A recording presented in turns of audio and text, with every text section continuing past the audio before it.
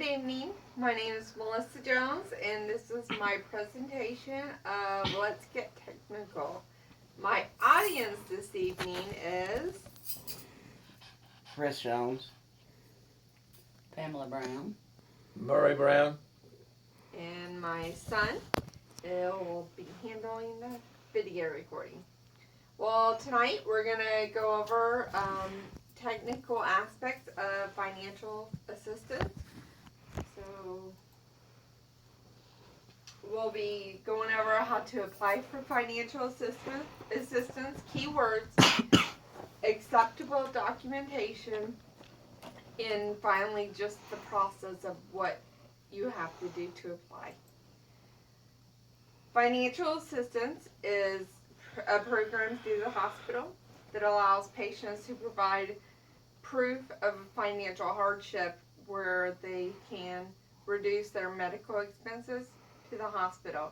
In order to do this, you have to provide documentation proving your identification, your financial income, and your residency. Some keywords are financial assistance. It's a program, like I said, that the hospital has. If you're approved for financial assistance, then it can alleviate your medical responsibility to the hospital. Proof of income is a combination of documents that will verify earnings or benefits for all household members. Proof of residency is a document that provides proof of your physical address so that you are verified to live in whatever county, Lake, Sumter, Marion, or any other county. Proof of identification is government documents that validates an applicant's identity. What are the acceptable documentation? For proof of income, you will only need to provide one. The easiest document to provide is your most recent tax return, your 2016, well, it's 2015 tax return. If you are self-employed and you have not filed your taxes, you have to provide 12 months of bank statements. In the 12 months of bank statements, we will count all of your deposits. Any expenses are not deducted, so it's more beneficial for you to provide your tax return. If you do not have a tax return and you are currently employed, you can provide your 3 months most recent pay stubs. So if you're paid bi-weekly, 6 pay stubs weekly, it would be 12 pay stubs. You can provide a 1099 statement, which is what patients will provide if they receive Social Security, pension, or any other retirement. We have VA statements. VA does not provide a 1099, but they do send you out an approval letter. If you're receiving alimony or child support, you would need to provide a list of what that income is for the month. If you are homeless, we offer assistance to homeless patients, and we know they cannot provide proof of financial stability, so we accept a letter of hardship just informing us of their situation in detail. If you are not employed and you are supported by someone and you have no way to prove your income, we will accept a letter of support from the person who is helping to support you. Proof of residency. So proof of residency has to have your physical address. It can be a valid state identification or driver's license, so as long as it's not expired. Vehicle registration, voter's registration, your tax return can be a proof of residency as well if it has your physical address.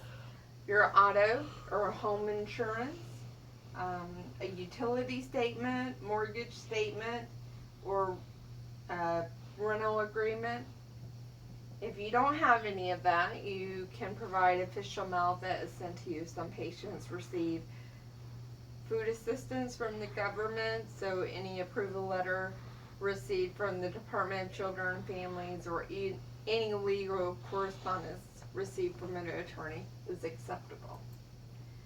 So proof of identification. For proof of identification, you must include 2 proofs, and one has to be a photo ID. So again, the valid identification card or driver's license, or any photo ID. Some patients have VA or service cards showing their identification or their photo. Social Security card, a birth certificate, your marriage license, voter registration, tax return, or your 1099 statements, any tax statements you receive. So a lot of the documents can plug in for the identification, income, and residency. So sometimes you may only need to provide 2 proofs, like your photo ID and your tax return if it has your physical address. So that would be all that's needed. How to apply? Well, first, the patient has to gather all the documentation that is needed, which is the proof of income, residency, and identification. Once that is gathered, you would need to meet with the financial counselor at the hospital. When you meet with the hospital financial counselor, they will review all the documentation that you provided and determine if you do qualify for the assistance. If you do not qualify, if you're over guidelines, they can set up a payment arrangement with you. If you do qualify, they will complete a financial assistance application and supply all the information to the manager for approval.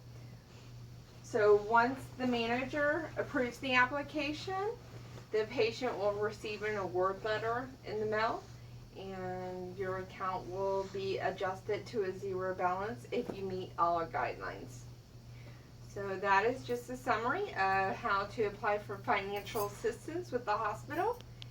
If anybody has any questions, they're free to ask. If not, I thank you for your time, and I hope you have a good evening. Thank you. Thank you.